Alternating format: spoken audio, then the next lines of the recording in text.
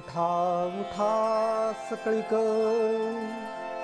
वाचे स्मरागजुमुख रिद्धी सिद्धीचा नायक सुखदायक सकळासी। मोहिमेतील दिवस दुसरा। दिवसाची सुरुवात भल्या पहाटे तांबडं फुटायच्या आत म्हणजे साधारण 4:30च्या सुमारास झाली।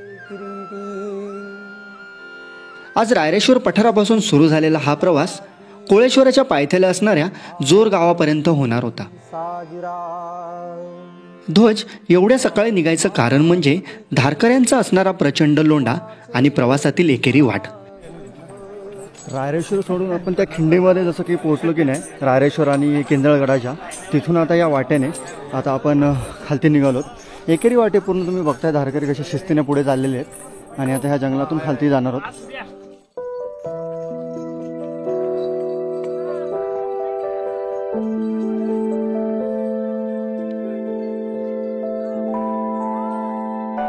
आपण आता असं रायरेश्वराच्या त्या खिंडीपासून खालती उतरलो आणि इकडे आता आपण चाललो आहे जांभळी गावामध्ये। तुम्हाला जे ते धरण दिसते हे पूर्ण जे आहे वाळकी नदीचं खोरं आहे आणि जे धरण आहे ते जांभळी गावातलं धरण आहे, त्याला जांभळीचं धरण असंही म्हटलं जातं। आणि आता ह्या जांभळी गावात जाऊन मग परत कोळेश्वर चढायचं आणि खालती उतरायचं। सो हा आजचा मोहिमेतील पहिला टप्पा आहे। सगळे धारकरी अगदी उत्साहाने निघालेले आहेत। आज मोहिमेतील पहिलाच टप्पा हा फारच खडतर होता। खडतर म्हणण्यापेक्षा एकेरी वाट असल्यामुळं आणि खूप जास्त धारकऱ्यांची संख्या असल्यामुळं फार त्रास होतोय, पण तरी देखील अगदी सगळेजण शिस्तीने पुढे निघालेले आहे। पहिला दिवस असल्या कारणामुळं कारण एक पण असतं ते की सोबत खूप जास्त वजन असतं आणि हळूहळू जसे जसे दिवस जातील तसं तसे वजन कमी होत जातं। तर एवढं सगळं वजन घेऊन चालायचं पण अशा एकेरी वाटेने, त्यामुळं थोडासा त्रास, बाकी काही नाही।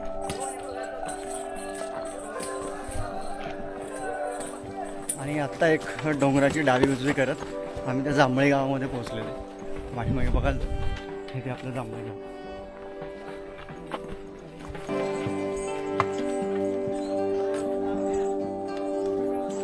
डांबरी रस्त्याने चालत चालत इकडे जांभळी गावातील ज्ञानेश्वर माऊलींचं जे मंदिर आहे तिथे पोहोचलो आहे। पाठीमागे तुम्हाला दिसतंय कोळेश्वराचं जे देवस्थान आहे ते वरती आहे। आता वरती चढायचं आणि खालती जे जोरगाव आहे त्या जोरगावात आपल्याला उतरायचं आहे। खरं तर आम्ही काल सकाळी आलो होतो रायरेश्वराला, रायरेश्वराचं दर्शन घेतलं, स्वयंभू मंदिराचं जनेदेवीचं दर्शन घेतलं तिथल्या, आणि मग संध्याकाळी आम्ही त्या रायरेश्वर पठारावरती स्टे केला होता। तिथे मुक्काम होता आमचा। तिथे दिल्लीवरून आलेले पुष्पेंद्र कुलश्रेष्ठ जे आहेत त्यांचं व्याख्यान झालं आणि मग आज सकाळी लवकरच ध्वज तर फार लवकर निघाला। तुम्ही माझ्या पाठीमागे बघितलं असेल, मी बोललो होतो तुम्हाला की 4:15लाच ध्वज पुढे निघाला होता आणि आता सगळे मग धारकरी पाठीमागे निघालो होतो आम्ही। समोर जी तुम्हाला दिसते ती कोळेश्वराची डोंगर रांगी, या साईडला जर तुम्ही पाहिलं तर रायरेश्वराची डोंगर रांगी, आणि ह्या दोन डोंगर रांगाच्या मध्ये हे जे नदीचं खोर आहे हे वाळकी नदीचं खोर आहे। आणि आता इकडे आपण जांभळी गावातून आलो की नाही, इथं पुढं आल्यानंतर त्या नदीवरती बांधलेला हा जे धरण म्हणतो आपण, सो तेच आहे जांभळी धरण म्हणतो आपण याला। हे ते पाणी येते धरणाचं आणि ह्या वाटेने आता पुढे निघालो आपण। खरं तर आज सकाळी निघायला मला फारच उशीर झाला, त्यामुळे ध्वज फारच पुढे गेलेला, माहिती नाही आज ध्वज मला भेटू पण शकेल की नाही, पण माझा प्रयत्न पूर्ण चालू आहे। आता कोळेश्वर चढतानाच ती चढण जी लागेल की नाही छातीवरची, तेव्हाच कुठंतरी स्पीड कमी होईल आणि मग त्याचा फायदा उचलून मला असं वाटतं की मला ध्वज गाठता येईल। सो तोच प्रयत्न चालू आहे आणि लवकर निघाले। तुम्ही बघताय अजून देखील धुकं आहे वातावरणामध्ये, तोंडातून वाफा निघताय, सो तो धूर तुम्हाला दिसत असेल। थंडी खूप जास्त होती काल रात्री। लवकर निघण्याचं कारण म्हणजे खरं तर ध्वज आपला उजेडल्यानंतरच निघतो आतापर्यंतचा अनुभवावर, पण आजचं डिस्टन्स थोडं जास्त असल्यामुळं आणि मार्ग एकेरी असल्यामुळं ध्वज फार लवकर निघाला। सो अंधारामध्येच निघाला आणि एवढ्या लवकर न निघण्याचं कारण म्हणजे थंडी खूप जास्त होती, पूर्ण धग साठलं होतं, म्हणजे अंथरूण पांघरून पूर्ण भिजले होते आणि त्या सगळ्यातून फक्त लवकर उठून येणं जमलं नाही, त्यामुळेच मागे पडले आज। ह्याच ह्या रस्त्याने पुढे चालत जाऊन आपण आता डाव्या साईडला वरती डोंगरावर गेलेल्या कच्च्या पायवाटीला लागणार। पलीकडून आवाज येतोय, ध्वज तिथेच कुठेतरी असणार आहे। सो लेट्स सी किती वेळ लागतो आपल्याला तिकडे पोहोचायला।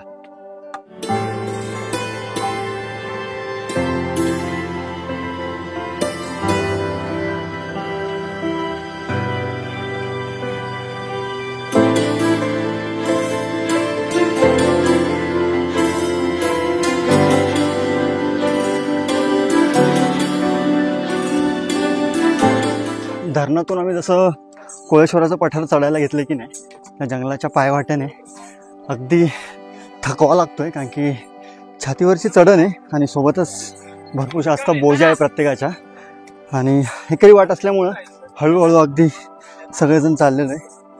चढचढून वरती आल्यानंतर एका सपाटीवरती तुम्ही बघताय प्रत्येक धारकरी इथं बसलेला आहे सकाळच्या नाश्त्यासाठी. जंगलात असं सकाळची न्याहारी करायचं जे म्हणतो ना आपल्याला नशीब, हे फक्त धारकऱ्यांनाच लाभलेलं असतं बरं का. कारण की मोहिमेच्या 5 दिवसामध्येच आपल्याला हा सगळा अनुभव घ्यायला मिळतो. आता पाठीमध्ये बघितले होते धारकरी अगदी त्या जंगलामध्ये बसून सकाळची न्याहारी करतायत, आणि बाकीचे मग पुढे निघाले. आम्ही आता ज्या वाटेने चाललोत की नाही, ती जी वाट आहे मागे झालेले आपला मधुमकरंदगड ते रसाळगड जी मोहीम होती की नाही, आणि त्या मार्गाने आपण कांदाट ते कांदोशी जो मार्ग केला होता, अगदी त्याच वाटेची आपल्याला अनुभव देतोय असं म्हणायला काही हरकत नाही आहे. बघा, त्याच जंगलातल्या एकारी वाटेने आपण चाललेलो आहे, आणि पाठीमागे तुम्ही बघाल तर तिकडे प्रत्येक धारकरी त्या छोट्याशा अशा वाटेने पुढे निघाले. बाळा, तू आलायस कुठून? कोल्हापूरहून आला आहे. आणि कितवीला आहेस तू? चौथीला आहेस. एकटा आलायस की अजून कोणी सोबत? आणि किती मोहीम आहे तुझी? चौथी मोहीम आहे. वा वा. आणि काय पाय वगैरे दुखतात आज? होय, मस्त मस्त. आपण त्या राजवीरची मुलाखत बघितली मागे. आता तो चौथीला आहे आणि ती चौथी मोहीम आहे, म्हणजे पहिलीपासून तो मोहीम करतोय. आपल्याला फारच उशीर झाला असं वाटतं नाही का? हा, जरा उशीर झाला. फार लेट आपण या कार्यात आलोय. पुढे आल्यानंतर इकडे कोळेश्वर पठार चढताना या स्टीप पोर्शनवरती ही रोप बांधलेली आहे. नक्कीच याचा फायदा होणार आहे धारकऱ्यांना, कारण की सुरुवातीचे तर निघून जातील, पण पाठीमागून जे येतात की नाही त्यांना फार त्रास होतो. पूर्ण रस्ता जो आहे ती माती निसरडी झालेली असते आणि कारवी देखील तुटलेली असते, त्यामुळेच हे बांधलेलं आहे. तुम्हाला धारकरी दिसत आहेत. ह्या वाट्याने आपण वरती आलो. पाठीमागे दिसतं हे पूर्ण रायरेश्वराचं पठार आहे. रायरेश्वराचं मंदिर त्या टोकावरती आहे. इकडे आल्यानंतर तुम्हाला इथे छोटंसं टोक दिसतंय की नाही, हा आपला केंजळगड आहे. हे रायरेश्वराची धार, ही कोळेश्वराची धार, आणि ह्या दोन धारेच्या मध्ये मागे तुम्हाला जसं मी म्हटलं होतं हे वाळकी नदीचं खोरं आहे, ते तुम्हाला दिसतंय. आपल्या त्या खालच्या गावातलं धरण बांधलेलं आहे. आणि पाठीमागे आपल्याला हे जे कोळेश्वरची रांग दिसते की नाही, ह्याच्या पलीकडं कमळगड आपल्याला दिसतो. आता हे कोळेश्वर खालती उतरून जायचं, जिथं आपल्याला जोर गावामध्ये आपला आजचा मुक्काम असणार आहे. आता वाजले सकाळचे 10. आम्ही आता पोहोचलोय कोळेश्वर पठारावरती. तुम्ही सकाळी पाहिलं असेल की सकाळी 5:15ला चालू झालेला प्रवास आता 10 वाजले. सो एवढा वेळ लागला आम्हाला इथं पोहोचायला, म्हणजे मला. कारण की सीन असा आहे की एकेरी वाटा आहेत, धारकऱ्यांची संख्या खूप जास्त आहे, त्यामुळं मग वेळ लागतोय आपल्याला. आणि जो रिदम होता की नाही चढतानाचा, तो भी मिळत नव्हता, मोसम तुटत होता, त्यामुळे वेळ लागला. तुम्ही बघता इकडे जंगलामध्ये आता परत वरती आल्यानंतर धारकरी सकाळच्या न्याहारीसाठी थांबलेली आहे. म्हणजे काहींसाठी सकाळची न्याहारी असेल तर काहींसाठी दुपारचं जेवण असेल. इकडे देखील बसलेले. धरणातून जांभळी धरणापासून जसं आम्ही वरती चढतोय की नाही, पूर्ण कारवीच्या जंगलात शिरलोय, त्यामुळे उन्हाचा तितकासा त्रास होत नाहीये. खरं तर सकाळचा टाइम होता त्यामुळे असाही झाला नसता, पण आता ऊन थोडं काय म्हणतो आपण, उन्हाचा थोडासा जोर आहे, पण जंगलातून चालतो त्यामुळं त्याचा त्रास नाही होत. मोहिमेमध्ये भरपूर संख्या आलेली बरं का. या नाही म्हटलं तर तुम्ही मागे तर बघितलं असेल की 34चा मुलगा, म्हणजे त्याचा 9 वर्ष एक वय असेल. त्यानंतर भरपूर वयस्कर देखील आलेली आहेत धारकरी. मोहिमेत वाटा चुकू नये म्हणून असे जागोजागी दिशादर्शक खुणा केलेले असतात, आणि ज्या ठिकाणी वळणाचे रस्ते असतात त्या ठिकाणी हमखास तुम्हाला पाहायला मिळतं. अशीच मोहीम वरती निघाली. फायनली मंडळी, आपण आता त्या गळीत पोहोचले. जिथून वरती चढून गेलो की नाही, आपण त्या कोळेश्वर पठारावरती जाऊ. ही पूर्ण वाट जी आहे की नाही, म्हणजे पूर्ण गळ, इथं तुम्ही बघत असाल कातळ कोरीव काही पायऱ्या आहेत. सो त्याच मार्गाने आपण वरती निघालोय. इकडे हा बोर्ड लावलेला आहे, तुम्हाला दिसत असेल, स्वयंभू श्री शिव कोळेश्वर मंदिर. सो तिकडे चाललोय आपण. पुढे गेल्यानंतर ते स्वयंभू शिव मंदिराचं स्थान आहे. रायरेश्वराचं देखील स्वयंभू शिव मंदिरच आहे, आणि इकडे आपण चाललो. सो ते देखील आहे. इकडे आता पाणी भरून घेतलं की बरं पडेल, कारण की आता पाणीसाठा बराचसा माझा तरी रिता झालेला आहे. त्यामुळं, आणि जोरपर्यंत आपल्याला कुठंच वाटेमध्ये पाणी मिळणार नाही. सो इथे आहे तळं तर, आणि पाणी देखील स्वच्छ आहे. सो ते भरून घेतोय आणि मग पुढे जाऊ आपण. आता जोरपर्यंत म्हणजे जोर खालतीच असल्यामुळं नुसता उतारच लागणार आहे. एवढी आता जी चढण करून आलो तसं तर काही पोर्शन आपल्याला लागणार नाही. हेच ते पाण्याचं साठ आहे. ॲक्च्युली तळ नाही आहे, पाण्याचा झरा आहे. आणि आता जानेवारीचा महिना आहे, तेव्हाच एवढं कमी पाणी आहे. विचार करा पुढच्या 1-2 महिन्यामध्ये आला तर इथं कुठेच तुम्हाला पाणी मिळणार नाही. पण लकीली आज आम्हाला इथं पाणी मिळाले. हाच पाणी साठा आहे, दुसरा इथं पाणी साठा नाही आहे. त्यामुळे इथूनच भरून घेऊन जायचं आहे. डायरेक्ट आता जोरलाच पाणी भेटेल. वाटेमध्ये कळेलच आपल्याला पुढे कुठं सोय केली आहे पाण्याची. नसेल केली तर मग हाच एक आहे सोर्स. ये इकडे इकडे इकडे दोघे पण इकडे इकडे इकडे दोघांना इथे इथे खालती खालती खालती. पाण्यासाठी पाणी साठा जिथे आहे तिकडे आलो होतो आणि सोबतच माझ्या आता खूप लहान धारकरी. तुझं नाव काय मित्र? माझं नाव शिवतेज श्री पेटकर. आणि तुझं बाळा? रेवंत सुकुमार शिंदे. रेवांतू शिंदे. नाही, रेवंत सुकुमार शिंदे. बर. आणि तुम्ही कोणत्या गावातून आलाय? कोल्हापूर हुपरी. हुपरी. तू कितवीला आहेस? मी 5वीला आहे. आणि तू? दुसरीला आहेस. तुमच्यासोबत आली आहेस का? होय. चिरंजीव आहेत तुमचे. आणि हा? आणि अजून कोण सोबत तुमच्या? होय ना. खूप कितवी मोहीम आहे यांची? पहिली मोहीम आहे दोघांची. आता हुपरीतून मागच्या वर्षी पण खूप लहान मुलं आली होती. होय. खूप आहेत ना ती दोघे? हा, ती एक लहान मुलगी असते आणि आहे ना. हा, छान करतात. खरे खरे छान करतायत का? काही त्रास वगैरे होते का बाळांना तुम्हाला? नाही होत? वा. मागे तिकडे आपण पाणी साठा जिथे आहे तिथे गेलो होतो. तिथे झालेल्या पाणी बाटल्या भरून घेतल्या. तिकडेच मी दुपारचं जेवण उरकलं, लिंबू सरबत घेतला, थोडासा आराम केला नेहमीच्या सवयीनुसार आणि आता पुढे निघालोय. आता इथून मिळालेल्या माहितीनुसार इथून जे कोळेश्वराचं जे मंदिर आहे ते नाही म्हटलं तर 2.5 ते 3 किलोमीटर अंतरावरती, म्हणजे खूप जास्त आहे. कोळेश्वर पठारच नाही म्हटलं तर 9 ते 10 किलोमीटरचे. सो पूर्ण कोळेश्वर पठार ओलांडून गेल्यानंतर खालती आपल्याला जोरमध्ये उतरायचं आहे, जिथे आज आपला मुक्काम असणार आहे. पुढं आल्यानंतर वाटत आपल्याला हे 2 बोर्ड पाहायला मिळत आहेत. म्हणजे मोहीम आपली ह्या मार्गाने जाणार आहे जिकडे जोरला जायचं आहे. पण ह्या साईडला राईट साईडला तुम्ही बघाल स्वयंभू श्री शिव कोळेश्वराचं मंदिर आहे. सो तिकडे आपण आता निघालो. मंदिर म्हणजे असं बांधलेलं स्ट्रक्चर नाही आहे मंदिराचं. तुम्ही बघा इथं पटाके वगैरे लावून केलेलं हे जे आहे डेकोरेशन इथे. आणि हे असं मंदिर आहे कोळेश्वराचं. स्वयंभू शंकराची पिंडेवरही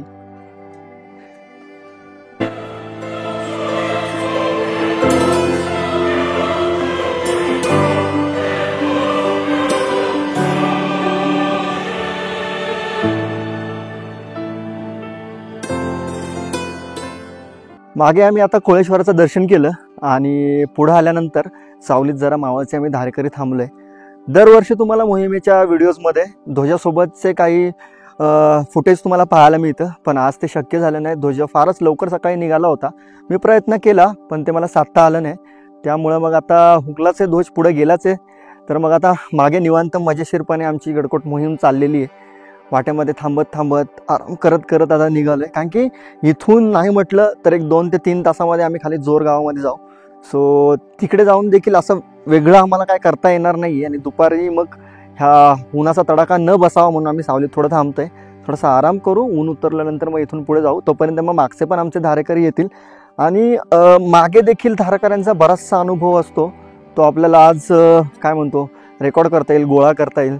सो तोच एक प्रयत्न आहे. दरवर्षी जसं मी ध्वजासोबत असतो की नाही, मावळचा एक धारकरी आहेत ते माझ्यासोबत समोरच असतात, सोबतच असतात. तर दादा आहेत माझ्यासोबत. तर काय वाटतंय, तुम्ही पण आज माझ्यासोबत मागे, म्हणजे मी पुढे नाही तर तुम्ही, तुमचा पण ध्वज हुकला की काय? सकाळी ध्वज लय लवकर निघला आहात. हा. आणि दररोज म्हणजे सूर्यनमस्कार होतात हा. ध्वज निघायच्या आधी. बरोबर. गुरुजींचं एक गाणं होतं, म्हणजे गीत होतं. ते आज गीत पण नाही झालं, त्यामुळे आज जाग पण नाही आली. आणि आता उद्यापासून ध्वजाबरोबर जायचं. आणि एक मागचा पण अनुभव पाहिजे ना, कारण की काही जण रात्रभर चालत असतात, मग दुसऱ्याच दिवशी पोहोचतात. त्यांची हालणं माहितीच असतात आपल्याला की कसं होतं रात्रभर चालायचं. परत दुसऱ्या दिवसाचा पण रूट तो त्यांना कव्हर करायचा असतो. खरं ना. त्यामुळे आता आज तर माग राहिलोय, आता उद्या ध्वजा संघ जायचा. उद्या नक्कीच नाही जाऊच आपण. जाऊ. आज प्रॉब्लेम असा झाला की ती हलगी वगैरे वाजते की ना, ते देखील नाही वाजलं. त्यामुळे अंदाजच आला नाही की सकाळी ध्वज कधी हल्ला ते. त्यामुळे नाही, त्यांचं पण बरोबर होतं का आजचा जे डिस्टन्स आहे की नाही ते खूप जास्त होतं आणि ध्वज जर लेट निघाला तर मग शेवटच्या धार करायला खूपच जास्त वेळ लागेल, म्हणून आणि आजचा मार्ग लवकर निघाले ते. एकेरी होता सगळा खरंय खरं. सगळा मार्ग एकेरी होता आणि त्याच्यात हम्म. तो एक लोखंडी जिना होता. हम्म. जर एकदम सगळ्यांची धावपळ झाली असती तर तो जिना हा. गंजलेला पण होता आणि तसा. खरे खरे. रारेश्वराचं वरतून आपण उतरतो की नाही त्या जिन्याबद्दल.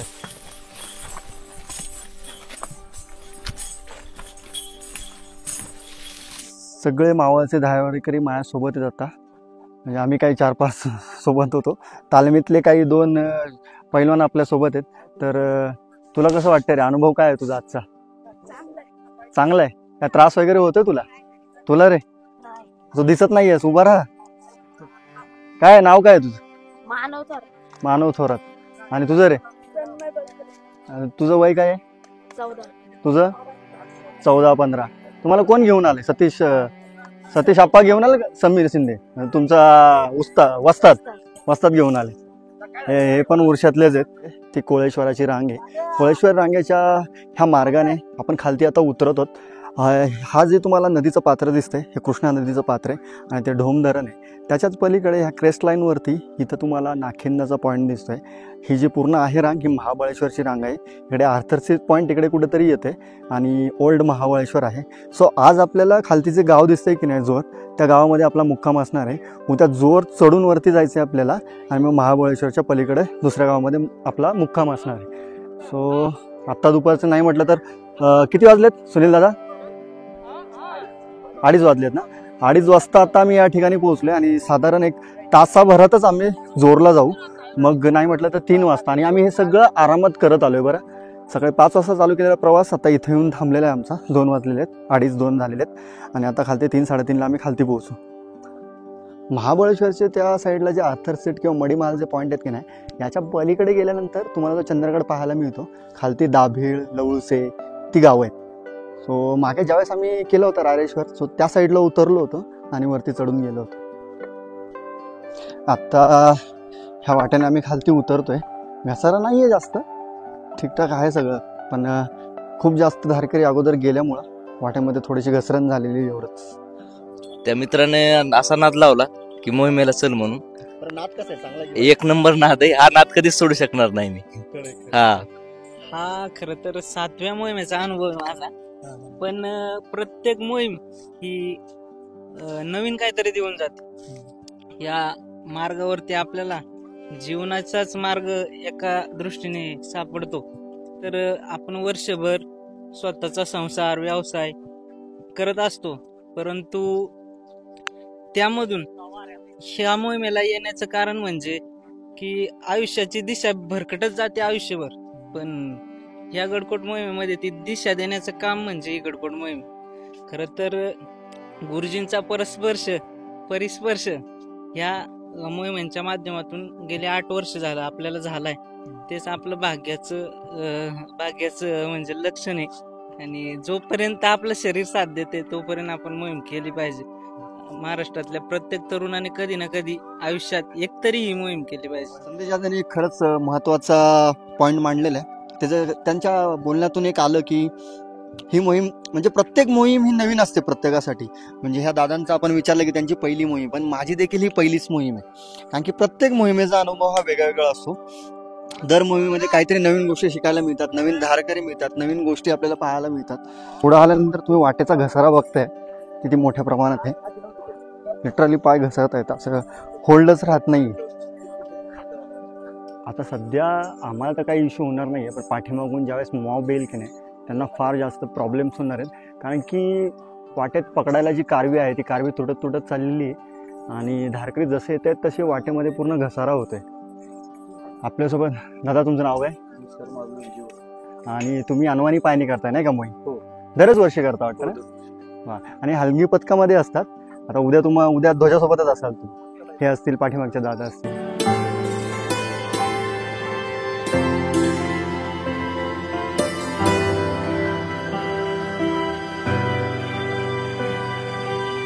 आता अजून हा उतार जो आहे कोळेश्वरचा, तिथे एकेरी वाट होती पण गर्दी तेवढी नव्हती. अजून धारकरी भरपूर पाठीमागे आहे. सो इथून पुढे जे कोणी येईल त्यांना खूपच जास्त त्रास होणार आहे हे नक्की. आता इकडं आल्यानंतर वरती आम्ही जे पाणी साठा भरला होता तिथून डिरेक्टली खाली जोर गावातच आपल्याला पाणी मिळणार आहे भरण्यासाठी. आणि पाठीमागे तुम्ही बघताय इकडं नियोजन समितीने असे पाण्याचे टँकर वगैरे लावलेले आहेत. सो इथूनच आता रित्या झालेला आमचा पाणी साठा आम्ही भरून घेतोय आणि आता मग मुक्कामाच्या ठिकाणी जाऊयात. इकडं पुरं आल्यानंतर तसा आईस्क्रीमचा स्टॉल लावलेला आहे. जय श्रीराम. आईस्क्रीमचा स्टॉल लावला हे दाखवण्याचं कारण माझं एक होतं की आपण ही मोहीम काय असं सुखद करायला नाही आलोय. आपली छत्रपती शिवाजी महाराज, छत्रपती संभाजी महाराज, आपले मावळे कसे जगले असतील ना त्याचे आपण अनुभूती घेण्यासाठी इकडे आलेले.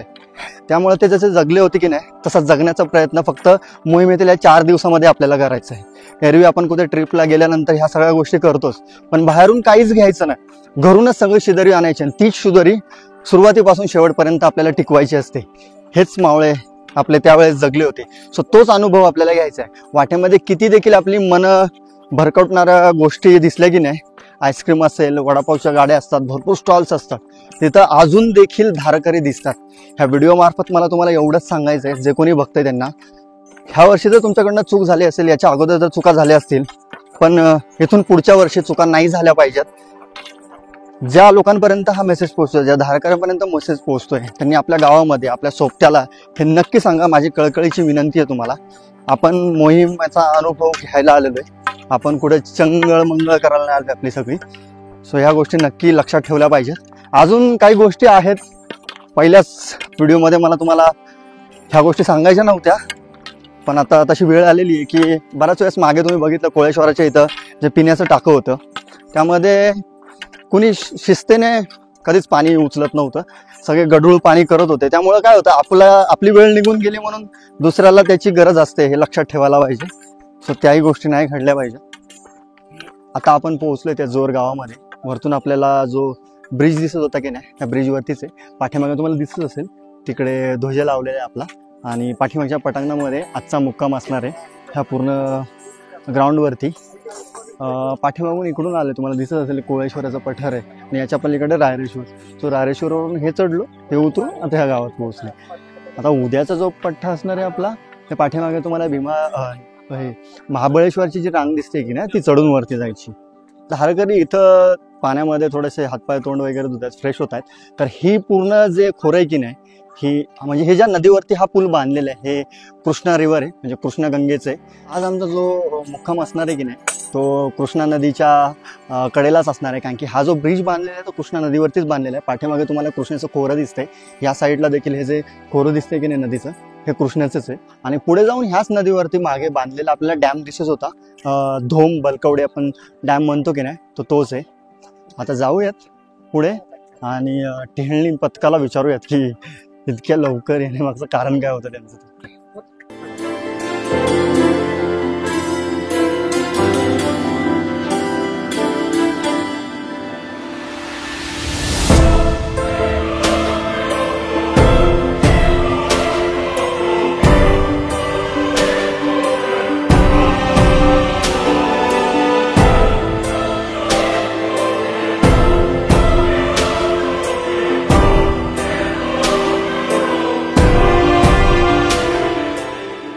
आपल्यासमोर आता छानसं असं प्रत्यक्ष ह्या 2 दादांनी दाखवून दिले. दादा, मला माहिती विचारायची आहे, तुमची नावं काय, तुम्ही कोणत्या गावातून आला? मी विनायक कदम, जय श्रीराम. मी हिंगणगाव, बुद्रुक, तालुका कडेगाव, जिल्हा सांगली. आणि दादा तुम्ही सगळे सांगलीचे आहेत. या दादांनी पण खूप मस्त, यांनी मस्त हलगी वाजवली होती. आणि हे लाठीकाठी तुम्ही गावामध्ये शिकवता का प्रशिक्षण? आमचे गुरुजी आहेत कोल्हापूरचे, विशाल निकम गुरुजी आचार्य. त्यांनी आमच्या गावात 5 दिवस शिबिर घेतला होता.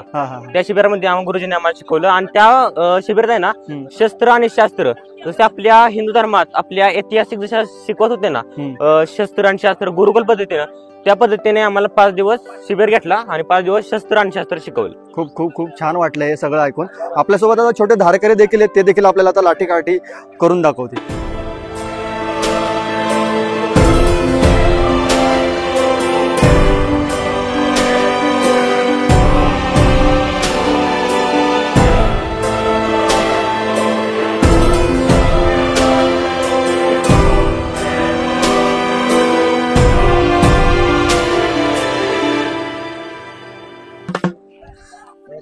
बर, आपल्याला आता हे जे प्रात्यक्षिक लाठीकाठीची करून दाखवली, बाळा तुझं नाव काय, तू आलाय सोडून?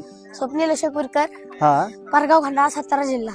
आणि तुला कोणी शिकवलंय, तुझ्या शिक्षकांचं किंवा गुरूंचं नाव काय? आर्यन गोविंद गाडवे, प्रशिक्षक आहेत. हा का, किती वर्षापासून करतोयस हे तू? 1.25 वर्षापासून करतोय. आणि ही तुझी कितवी मोहीम? तिसरी मोहीम आहे. तिसरी मोहीम आहे. वा वा वा, खूप खूप छान केलं. लाठीकाठी झालं किंवा गोंधळ असेल, जागरण ज्या वेळेस होतं त्यावेळेस अभंग, ह्या सगळ्या गोष्टी होत असतात. आता तुम्ही पाहिलं असेल की त्या बारक्या मुलाने, त्या दोघांनी खूप चांगल्या पद्धतीने आपल्याला लाठीकाठी हे जे प्रात्यक्षिक आहे ते करून दाखवलं. सो खूप छान वाटतं. हाच माहोल असतो मोहिमेमध्ये, जो आपल्याला अनुभवण्यासाठी आपण इथे येत असतो.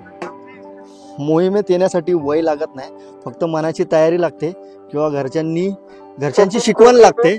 असेच एक खूप लहान असे धारकरी आपल्याला भेटलेले आहेत मोहिमेमध्ये. बाळा तुझं नाव काय? नाव काय तुझं? माझं नाव आहे हा, जीवांश. जीवांश. कोणतं गाव तुझं? शिल्दोन. कुठलं? शिल्दोन. शिल्दोन. बर, तुझं वय तुला सांगता येईल? तू शाळेत जातोस का? कितवीला जातोस? कितवीला जातो शाळेमध्ये? पहिलीला जातो. वा वा वा वा. कोणासोबत आलायस? माझे बाबा. हा, आणि अजून कोण आलंय? तू, तुझे बाबा आणि अजून कोण? होय, भाऊ तुझा? हो का, बर. कशी वाटते मोहीम तुला? चांगली वाटते. वा वा वा, छान. आता माझ्यासोबत आहेत टेहळणी पथकातले सुनील बापू आणि प्रशांत बापू. तर बापू, मला तुम्हाला दोघांना पण हे विचारायचं आहे की सकाळी ध्वज फार लवकर निघाला, ओके, हलगी पथक वाजलं नव्हतं, त्यामुळं कळाला देखील नाही.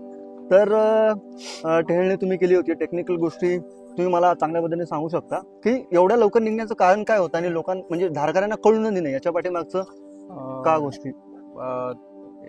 आपण ज्या रायरेश्वरावरून उतरणार असतो, बरोबर, शिर्डीचा एकमेव मार्ग आहे आपल्यासाठी. हा, बाकीचे जे मार्ग आहेत ते अवघड मार्ग आहेत मोहिमेसाठी. आणि ज्या वेळेला मोहीम निघते, बरोबर, त्यावेळेला फार मोठा लोंढा झेंड्याच्या मार्गात खरं येतो आणि त्याला आवरणं फार अवघड जातं. खरं. आणि शिर्डी जर एवढे लोक आले एका वेळी, तर ती शिर्डी व्यवस्थित राहील का नाही, रिस्क होती, ही एक भीती होती.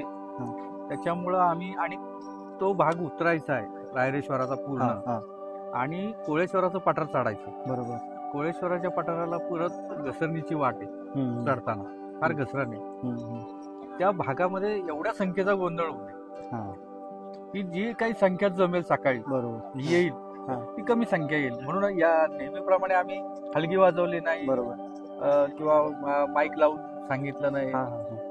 जेवढे लोक झोपले होते त्याच्यातच आम्ही निघालो, बरोबर, आणि फार पुढे जाऊन आम्ही हलगी वाजवली आणि मग ते लोकांना समजलं की झेंडा गेला. मूळ कारण तेच होतं की एकंदर संख्येला कसं नियंत्रित करायचं, कंट्रोल मुद्दा होता. त्याच्यामुळे आम्ही न सांगता पुढे निघून गेलो, बरोबर, आणि त्याच्यामुळे इथपर्यंत आता पोहोचू शकलो. नाही तर वेळ लागला असता, फार वेळ गेला असता. अंतर कमी आहे, त्याचा किलोमीटर मध्ये हिशोब केला तर हे अंतर कमी, पण चढण आणि उतरण एवढी आहे की आपण त्याच्यात वेळ फार जातो. खरी गोष्ट. आणि अजून सुद्धा तुम्ही बघितलं तर वरतून हे आता मला वाटतं रात्री अंधार पडल्यानंतर पण 9-10 वाजता हे चालूच राहणार, 12-1-2 लोक येत राहणार. खरंय ना, खरं. बरं, मग साधारण आपण किती वाजता निघालो होतो सकाळी ध्वज? तरी सकाळी पावणे 5 ला निघालो. पावणे 5 ला ध्वज निघाला होता. बरं प्रशांत बापू, थोडं मोहिमेबद्दल तुम्ही सांगा. ह्या वर्षीची मोहीम, हा मार्ग गुरुजींनी का निवडला किंवा काय?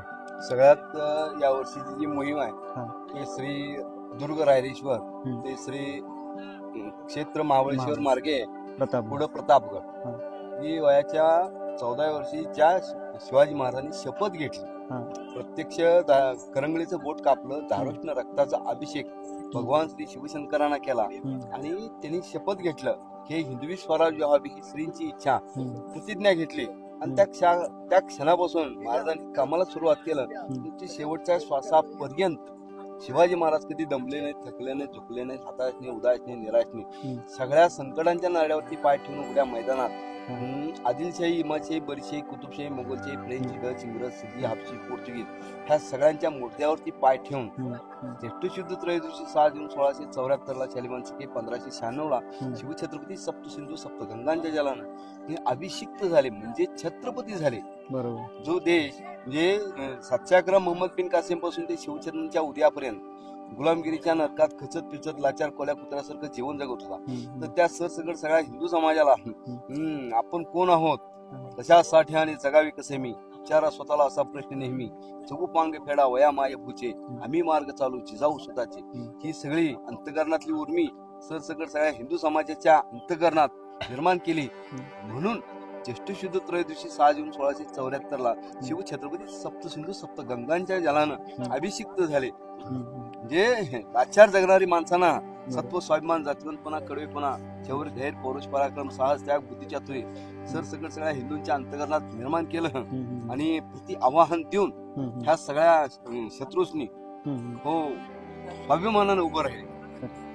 म्हणून आणि वाटेत जो आहे जो 37,000 फौज नेलेला अफजल खान जो होता, त्या अफजल खानाची कबर जी आहे ना, त्या प्रतापगडाच्या पायथ्याला आहे. बरोबर. आणि आई जगदंबा तुळजाभवानी जी आहे ना, ती तिथं आशीर्वाद देण्यासाठी त्या प्रतापगडी आहे. तर त्याचा आशीर्वाद घेण्यासाठी आपण या वर्षीची गुरुजींनी ही मोहीम निवडली आहे. दुर्ग रायरेश्वर ती प्रतापगड मार्गे क्षेत्र महाबळेश्वर. बरोबर. आपण हा जो मार्ग केला त्यावेळेस टेहळणी केली होती, तर त्याच्यामध्ये चॅलेंजेस काय आले होते का तुम्हाला? टेहळणी पहिल्यांदा जो मोहीम जी ठरली होती ती रायरेश्वर ते प्रतापगड मार्गे उमरठे अशी ठरली होती. बरोबर. पण त्यावेळेला आम्ही जी टेहळणी केली ती उमरठ्याला जाण्यासाठी आम्ही ढवळे घाटातून जाणार होतो. ढवळे घाट ज्या वेळेला आम्ही टेहळणीसाठी गेलो तर माग जे ढगफुटी झालेली आहे त्याच्यामध्ये बऱ्याचशी वाट ही तुटून गेलेली, म्हणजे पाय ठेवायला सुद्धा जागा आता शिल्लक राहिलेली नाही. बरोबर. हजारोची संख्या त्याच्यातून घेऊन जाणं फार मोठा धोका होता. ती चालूच शकत नाही अशी वाट आहे, म्हणजे 2 पावलं सुद्धा बसू शकत नाही. त्याच्यामुळे आम्ही उमरठ्याचं रद्द केलं आणि नंतर काय करायचं मग क्षेत्र महाबळेश्वर निवडलं आणि रायरेश्वर मार्गे प्रतापगड मार्गे क्षेत्र महाबळेश्वर अशी मोहीम ठरली. आता संध्याकाळचं नाही म्हटलं तर अंदाज झालेला आहे, अनेक 7:30-8 झालेले आहेत, अजूनही धारेकर येत आहेत. असा अंदाज बांधता येतोय की सिंगल वाटेने प्रवास होता, त्यामुळे नाही म्हटलं तरी संध्याकाळचे 11-12 वाजतील सगळं शेवटचा धारेकर येईपर्यंत. आणि हे पूर्ण आता जे तुम्हाला मोकळं मैदान दिसतंय की नाही ते पूर्ण भरणार आहे. ह्या पूर्ण युट्यूब क्षेत्रामध्ये मला प्रशिक्षण देणारे आमचे गुरु अर्जुन दादा. तर दादा मला आज मोहीम नमस्कार, जय श्रीराम. आज आपण जी मोहीम केली त्या मोहिमेबद्दल थोडासा तुमचा अनुभव, तुम्हाला कशी वाटली मोहीम? म्हणजे हा एक अविस्मरणीय अनुभव असतो. त्याच्यामध्ये देवदेश धर्म आणि देशकार्य कसं करायचं आणि तरुणांना महत्त्वाचं म्हणजे व्यसनापासून मुक्ती कशी मिळवायची. आणि पूर्वी जे आपले मावळे होते महाराजांबरोबर एखाद्या गडावरून दुसऱ्या गडावरती कसे जायचे आणि त्या 4 दिवसामध्ये कसे राहायचे, खायचे प्यायचे कसे, हा एक वेगळा अनुभव या ठिकाणी अनुभूती आपल्याला ते मिळते. आणि ते शब्दात वर्णन करणं खूप कठीण आहे. म्हणजे मोहीमचा हा अनुभव एका वाक्यात किंवा एका शब्दात सांगणं म्हणजे करू शकत नाही, आपण बांधू शकत नाही मोहीममध्ये एका शब्दामध्ये. म्हणजे ते चुकीचं ठरेल असं म्हणायला काहीच हरकत नाही. म्हणजे थोड्या शब्दात मोहीम नाही सांगू शकत. हो, एका वाक्यात किंवा एका शब्दामध्ये मोहीम सांगता येत नाही. त्याला मोहीम चालता फिरता जगावं लागतं, अनुभव घ्यावा लागतो. जसं म्हणतात ना, साखर गोड असते पण ती खाल्ल्याशिवाय चव कळत नाही, त्यामुळे ती खावाच लागते. तसं मोहिमेचा अनुभव एका वाक्यात सांगता येत नाही, ती प्रत्यक्ष मोहीम करावी, सहभाग घ्यावी. आता झालेले ते 7:45 आणि मोहिमेमध्ये संध्याकाळच्या जेवणाचा म्हणजे डिनर टाइम म्हणू शकतो आपण, तो झालेला आहे. आता मोहिमेमध्ये आपण काय खातो तर तुम्ही बघाल इथं चपाती आहे, चटणी आहे. कसली भाजी आहे दादा ती? मेथीची भाजी. मेथीची भाजी आहे, यामध्ये लसूण घातलेला नाही, कांदा घातलेला नाहीये, त्याच्यामुळे ही भाजी 3 दिवस पर्यंत टिकते. राजा तुमच्याकडे काय आहे तिकडे? आमच्याकडे शेंगदाण्याची चटणी आणि लसणाचा ठ्याचा आहे. वा वा. पण फक्त मला वाटतं हे आजच्या दिवसच, उद्या तर टिकणाऱ्या गोष्टी नाही येतच आपल्याकडे. तुमच्याकडे आहे? हा, लाडू. वा वा. म्हणजे अशाच गोष्टी आपल्याला खायला भेटतील. पण भाजी चपाती जे काय आहे की नाही ते आपल्याला मोहिमेतील पहिल्या किंवा दुसऱ्या दिवशी खायला मिळतं. त्याच्यानंतर मग हे अशा चटण्या चपात्या दही असतील, कोणाकडे जाम असेल, सो यावरतीच आपण असतो. आपल्यासोबत आत्ता इथं जेवणाच्या पंक्तीमध्ये बसले. दादा तुमचं नाव काय? मनोज मरकळे. दादा तुमचं? राज वाडेकर. दादा तुमचं? यांचं मीच सांगतो, अर्जुन सईद आहेत आपले. दादा तुमचं? माझं नाव प्रमोद जाधव. आणि दादा तुमचं? ओके. जेवण झालं तसं आम्ही जोरगावातल्या या मोकळ्या पटांगणामध्ये झोपी गेलो. अजूनही सगळे धारकरी मुक्कामाच्या ठिकाणी पोहोचले नव्हते. शेवटचा धारकरी पोहोचायला साधारण दुसऱ्या दिवशीची पहाट झालीच होती.